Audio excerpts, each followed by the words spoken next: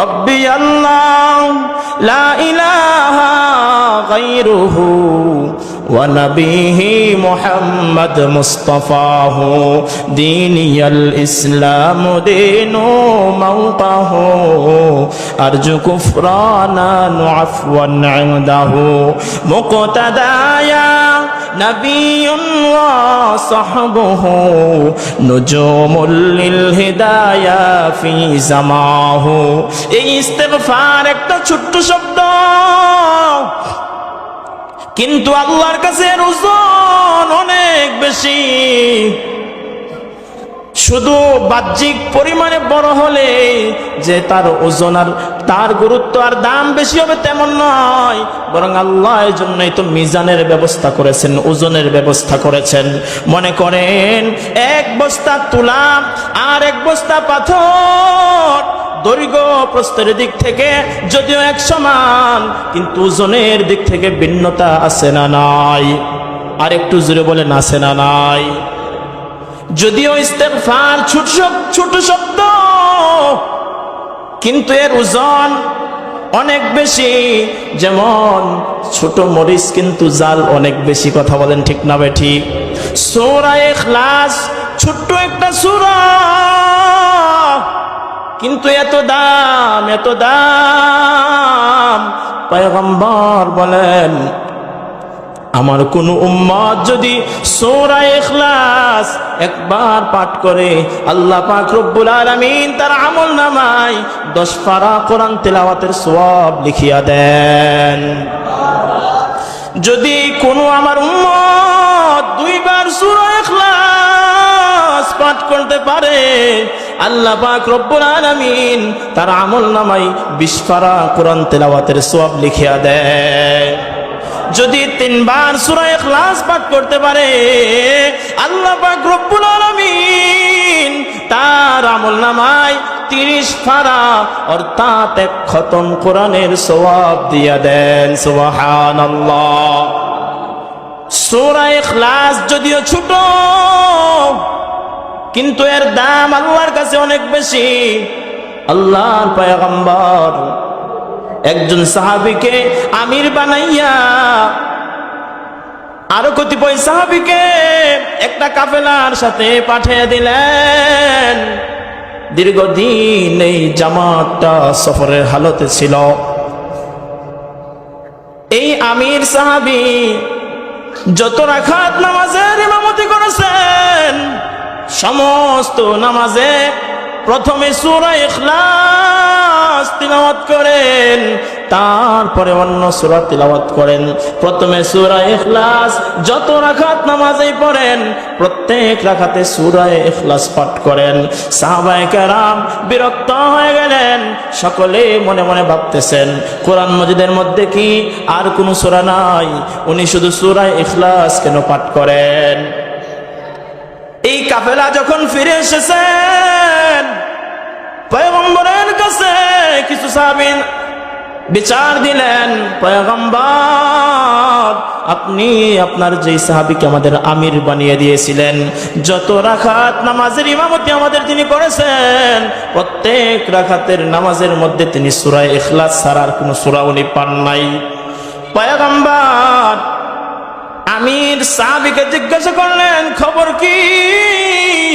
কথা কি সত্যি?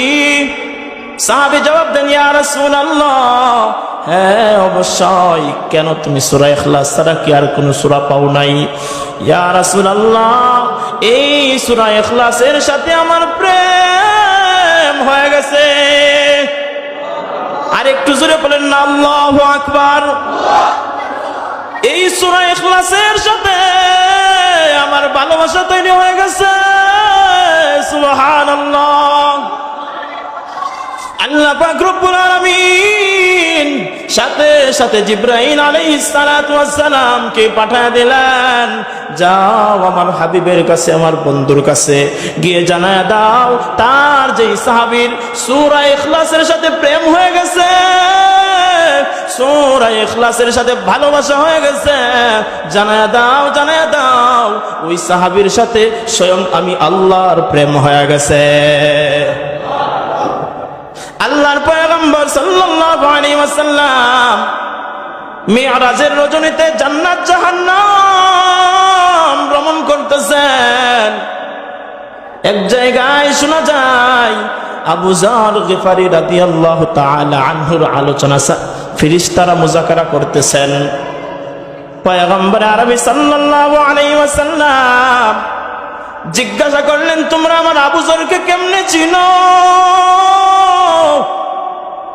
ইয়া রাসূলুল্লাহ, ইয়া হাবিবাল্লাহ, আপনার সাহাবী আবু যরকে শুধু আমরা নয়, আপনার সাহাবী আবু যরের আলোচনা পুরো আসমানবাসী প্রত্যেক দিন প্রতিনিয়ত মুযাকারা করতে থাকে। পয়গম্বর জিজ্ঞাসা করলেন, এ আবু যর, তোমার এত সম্মান, এত দাম, আসমানের সমস্ত ফেরেশতারা তোমার মুযাকারা করে, কারণ কি? কারণ কি? পয়গম্বর, দুইটা আমল আমার আছে। জোরে বলেন, কয়টা আমল? পয়গম্বর, দুইটা আমল আমার আছে। এক নম্বর আমল হচ্ছে লিসসিগারি আলা নাফসিহি, লিসসিগারি আলা নাফসিহি। পয়গম্বর, আমি সব সময় আমাকে ছোট মনে করি। জোরে বলেন সুবহানাল্লাহ। দুই নম্বর লিকাসরাতি তিলাওয়াতি সূরাতুল ইখলাস। ও পয়গম্বর, আমি বেশি বেশি সূরা ইখলাস পাঠ করি। সুবহানাল্লাহ। সূরা ইখলাস ছোট কিন্তু দাম অনেক আছে না নাই? ইস্তিগফার ছোট কিন্তু দাম আছে না নাই? আর একটু জোরে পড়েন, আছে না নাই? যত বড় পাপিষ্ঠ হোক না কেন, আল্লাহর কাছে যদি ক্ষমা চায়, আল্লাহ বান্দাকে ক্ষমা করিয়া আল্লাহ বান্দাকে নিজের ওলি বানায়া নেন। সুবহানাল্লাহ। এজন্য আল্লাহ পাক রব্বুল আলামিন কোরআনে কারীমের মধ্যে বলে দিয়েছেন, কুল ইয়া ইবাদিয়াল্লাযীনা আসরাফু আলা আনফুসিহিম লা তাকনাতু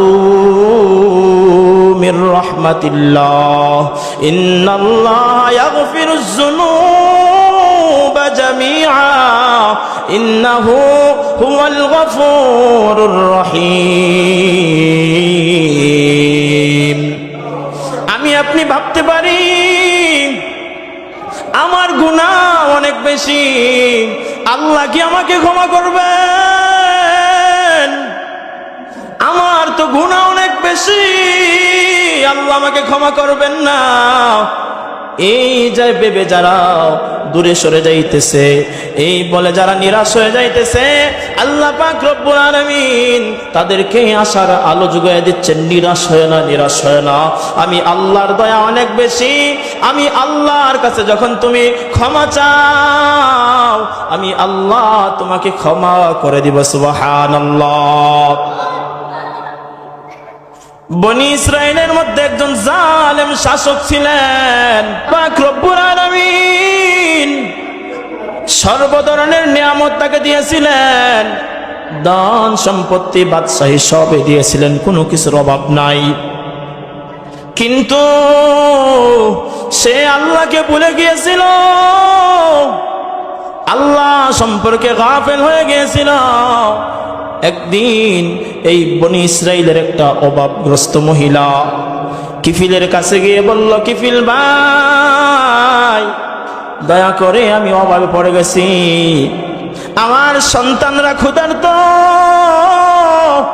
ও কিফিল ভাই, মেহেরবানি করি আমাকে এই পরিমাণ 60 দিরহাম পরিমাণ অর্থ তুমি আমাকে করজ দাও, ঋণ দাও। কিফিল তো সুদখোর ছিল। সুদখোররা কিন্তু মানুষকে স্বার্থবিহীন কোনো ঋণ দিতে রাজি না। কথা বলেন ঠিক না ঠিক? সুদখোররা যদি নিঃস্বার্থ মানুষকে ঋণ দিত, তাহলে কি এই সমাজে কোনো সুদের সয়লাভ থাকতো?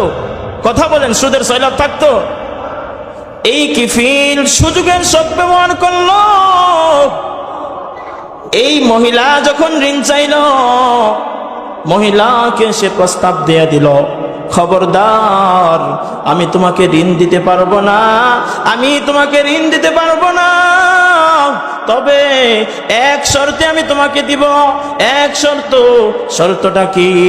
তোমার এই সুন্দর দেহটা যদি তুমি আমাকে বুক করতে দাও, তাহলেই আমি তোমাকে খরচ দিব। জুড়ে পড়েন নাউজুবিল্লাহ। মহিলা প্রথম অবস্থায় আল্লাহর ভয় নিয়ে বাড়িতে চলে গিয়েছেন, প্রয়োজনে মরে যাব, কিন্তু এই ধরনের আল্লাহ নারাজ হয়ে এই ধরনের কাজ করব না। কিন্তু ক্ষুধার্ত সন্তানের দিকে তাকায়া, অভাবগ্রস্ত অবস্থায় ক্ষুধার্ত সন্তানের দিকে তাকাইয়া কোনো মা বাবা বরদাস্ত করতে পারে না। নিজের সন্তান খাবারের জন্য কষ্ট করবে, মা বাবা সহ্য করতে পারে না।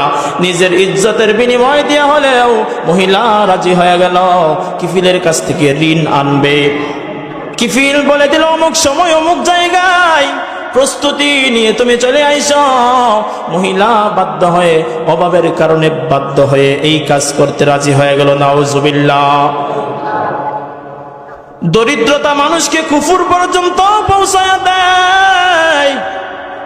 এই তো গত কয়েক মাস আগে উত্তরবঙ্গের দিকে সফরে গিয়েছিলাম, হাজার হাজার মানুষ খ্রিস্টান হয়ে যাইতেছে। নাউজুবিল্লাহ। কেন খ্রিস্টান হয়? কেন খ্রিস্টান হয়? ভালো একটা থাকার বাড়ি নাই, ছেলে মেয়েদেরকে পড়ানোর মতো যোগ্যতা নাই, তৌফিক নাই। খ্রিস্টানরা বিভিন্ন অফার করতেছে, শুধু তুমি আমার খ্রিস্টান ধর্ম গ্রহণ করে ফেল, তোমার সন্তানদের পড়ালেখার জিম্মাদারি গ্রহণ করে নিব আমরা, তোমাকে থাকার মতো একটা ভালো বাড়ি ঘর দিব, তোমাকে ভালো প্রতিষ্ঠিত হওয়ার জন্য তোমাকে ব্যবসার হাল ধরায় দিব। সাধারণ মানুষ অভাবের তাড়নায় পড়িয়া ঈমান বিক্রি করিয়া দলে দলে খ্রিস্টান হয়ে যাইতেছে। নাউজুবিল্লাহ। এই বনি ইসরায়েলের মহিলা অভাবে পড়িয়া কিফিলের শর্তে রাজি হয়ে গেছে। কিফিল যখন ক্ষুধার্ত যৌবন নিয়ে মহিলার শরীরে যেই মাত্র হাত দিবে, মহিলার শরীর থরথর করে কাঁপতেছে, আর মহিলার চোখ থেকে অজস্রভাবে পানি ঝরতেছে। আল্লাহু আকবার। কিফিল যখন মহিলার এই অবস্থা দেখলো, জিজ্ঞাসা করলেন, মহিলা, আমি তো তোমাকে বাধ্য করি নাই, তুমি তো স্বেচ্ছায় রাজি হয়েছ, এখন তুমি কেন কাঁদো? কিফিল ভাই, আমি রাজি হয়েছি, আমার অভাবের তাড়নায় পড়িয়া ক্ষুধার্ত সন্তানের মুখের দিকে তাকায় আমি বরদাস্ত করতে পারি নাই। আমার ইজ্জত বিক্রি করতে চেয়েছিলাম, কিন্তু আমার অন্তরের মধ্যে ভয় ঢুকে গেছে। আমি যদি একটু পরে মারা যাই, একটু পরে যদি আমি মারা যাই, আমার রবের সামনে তো আমাকে ব্যভিচারকারিণী হয়ে দাঁড়াতে হবে, জিনাকারিণী হয়ে দাঁড়াতে হবে। এই ভয় আমার অন্তরের মধ্যে চলে আসছে। সুবহানাল্লাহ। এই কথা যেই মাত্র কিফিল শুনেছে, একটু জোরে জবাব দিবেন হেদায়েতের মালিককে, আর একটু জোরে বলেন হেদায়েতের মালিককে। আল্লাহ পাক রব্বুল আলামিনের হেদায়েতের ইশারা হয়ে গেছে। কিফিলের অন্তরের মধ্যে ভয় ঢুকে গেছে। এবার কিফিল নিজে থেকে বলতে আরম্ভ করেছে, আল্লাহ, আমাকে এত নিয়ামত আপনি দিয়েছেন, কোন দিক দিয়ে আপনি আমাকে কমতি রাখেন নাই।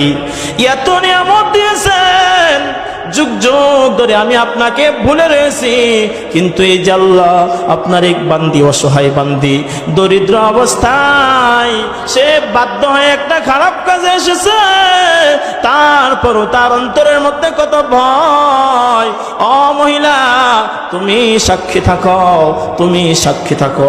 তওবা করলাম, তওবা করলাম, আমি আল্লাহর কাছে তওবা করলাম, আমি এই মুহূর্তেই আমি এই পথ থেকে ফিরে আসলাম। সুবহানাল্লাহ। কিতাবের মধ্যে লেখা আছে, ইন্নাল্লাহ ক্বাদ গাফারাল কিফলা। কিফিল যেই মাত্র গুনাহের কাজটাকে কুরবানি করেছে, স্যাক্রিফাইস করেছে, আল্লাহর কাছে এত পছন্দের হয়েছে, এত পছন্দ হয়েছে, আল্লাহ পাক রব্বুল আলামিন কিফিলকে এত পছন্দ হয়েছে, কিফিলের তওবা আল্লাহর কাছে এত পছন্দের হয়েছে, আল্লাহ সাথে সাথে কিফিলকে মাফ করিয়া আল্লাহ কিফিলকে আল্লাহর বন্ধু বানায়া দিছেন। একটু জোরে পড়েন সুবহানাল্লাহ। একটু পরেই কিফিল দুনিয়া থেকে বিদায় হয়ে গেছে। পাড়া প্রতিবেশী গ্রামের সকল মানুষ খুশি, আলহামদুলিল্লাহ পড়তেছে, জালেম দুনিয়া থেকে বিদায় হয়ে গেছে। যখন সমাজের খারাপ মানুষ দুনিয়া থেকে বিদায় হয়, এলাকাবাসী শুকর আদায় করে আলহামদুলিল্লাহ পড়ে, ইন্না লিল্লাহ কেউ পড়ে না। কিফিলের অবস্থা তো সাধারণ মানুষের কাছে বড় ভয়াবহ। কিফিলের মৃত্যু সংবাদ শোনার পর সকল মানুষ খুশি হয়ে গেছে, সকল মানুষ খুশি হয়ে গেছে। আর কিফিলের সমস্ত দোষ, কিফিলের জীবনের অতীতের সমস্ত দোষ মানুষ আলোচনা করতেছে। আল্লাহ পাক রব্বুল আলামিন মানুষের এই সমস্ত সমালোচনা আল্লাহর সহ্য হয় নাই, আল্লাহর সহ্য হয় নাই। আল্লাহ পাক রব্বুল আলামিন কিফিলের দরওয়াজায় লিখিয়া দিয়েছেন, ইন্নাল্লাহ কাদ গাফারাল কিফলা, আমি আল্লাহ কিফিলকে ক্ষমা করে দিয়েছি। সুবহানাল্লাহ। সাবধান সাবধান, কিফিল আমার ওলি হয়ে গেছে। সে মৃত্যুবরণ করার এক মুহূর্ত আগে এমন ভাবে তওবা করেছে, এমন ভাবে তওবা করেছে, তার তওবা আমার কাছে এমন পছন্দের হয়েছে, আমি আল্লাহ তাকে দুনিয়া থেকে বিদায় করে নিয়েছি। আর তার এই তওবায় আমি তার জান্নাতের উপযুক্ত করে দিয়েছি। সুবহানাল্লাহ। অতএব সাবধান সাবধান, তোমরা কিফিলের আর কোনো সমালোচনা করিও না। ভাইয়েরা আমার, অল্প সময়ের ভিতরে শেষ করে দিতেছি, যে যত বড় গুনাহই করি না কেন আমরা, আল্লাহ পাক রব্বুল আলামিন একটা সুযোগ রেখে দিয়েছেন, বান্দা তুমি তওবার মাধ্যমে ফিরে আসো। পয়গম্বর আরবি সাল্লাল্লাহু আলাইহি ওয়াসাল্লাম হাদিস শরীফের মধ্যে বলেন, আত্তাইবু মিনাজ যামবি কামাল লা যামবা লাহু,